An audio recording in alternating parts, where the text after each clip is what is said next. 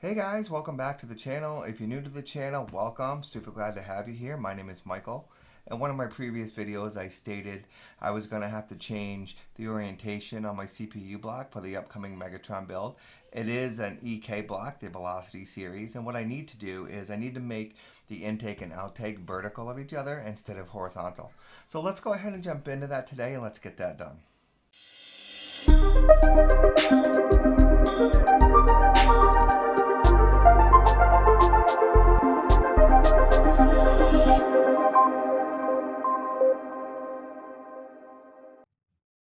Alright guys, let's go ahead and get started. First thing we're going to do is turn her over. There are going to be 4 Allen screws here that we're going to have to remove. Used a handy little Allen key that came with the block.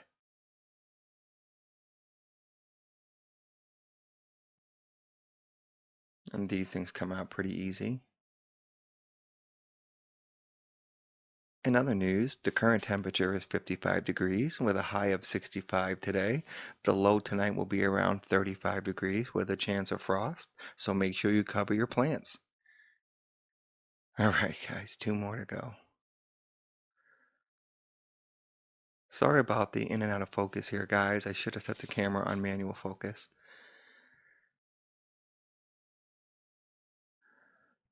Alright guys, last one. So the next thing we're going to do is remove the cold plate, which is the plate on the back. Now if you look on the back of the cold plate, if you see the orientation of the fins, there's 2 notches on the left and right. So anytime that you go ahead and you put this thing back together, the fins always have to be perpendicular to the jet plate, and the jet plate is the next piece that I'm going to take out of the block. So just make sure to always remember that. And it's pretty easy to remember. Just again, make sure your fins, and you can see the 2 notches, are always perpendicular. So now I'm going to remove the jet plate. Now I'm going to remove the mounting bracket. Slide the RGB cable right through there. And now I'm going to bend the RGB cable out because it can get caught and remove the plastic housing. Slide that piece of plastic housing right off of there like so. There we go. So now how I'm going to have the orientation that I'm looking for is going to be just like this, with the intake and the outtake vertical of each other. So now I'm going to set it back down and we're going to put it back together. So we're going to put the plastic housing back on, slide the RGB cable through, put that back down on like that.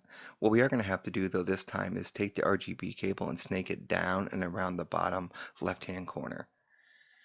So now we're going to put the RGB cable back through the mounting bracket like that. Now I'm going to try to snake that down inside the plastic housing around the bottom. It can be a little tricky.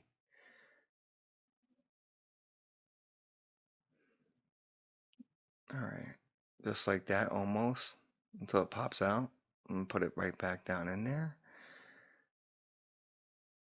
Alright, there we go. So now I go ahead and I got the mounting bracket back on. Now I'm going to go ahead and grab the jet plate, slide that piece back on. That thing will set right in there.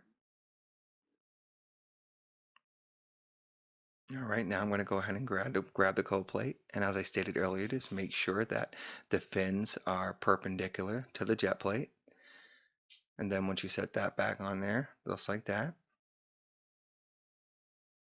Just like that, there we go. Get that all lined up. Perfect, now I'm going to grab my 4 Allen screws that I took out earlier.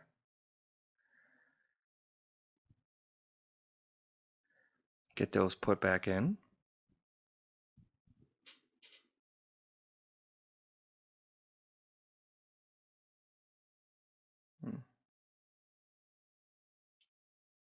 Alright, let's tighten them down.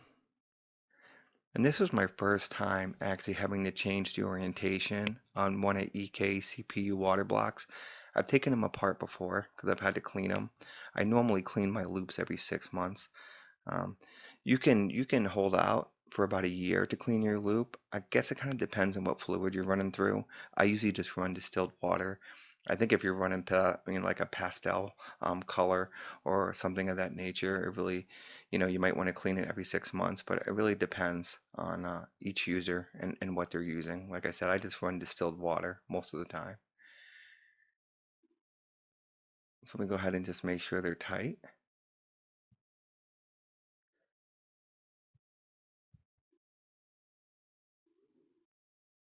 Not too bad. So this took about 5 minutes. Pretty painless. Of course, unless it leaks when I put the bill together, but there it is, guys. That's the orientation that I want to need. It looks like the EK symbol now is upside down.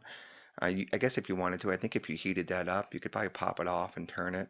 But it actually works good for the build that I'm working on. It actually kind of looks like the icon from Transformers, and since I named this build Megatron, it kind of works. So I'm definitely not even going to try to touch that. So that's it, guys. So now you know how to go ahead and switch the orientation on one of EK's Velocity Series blocks.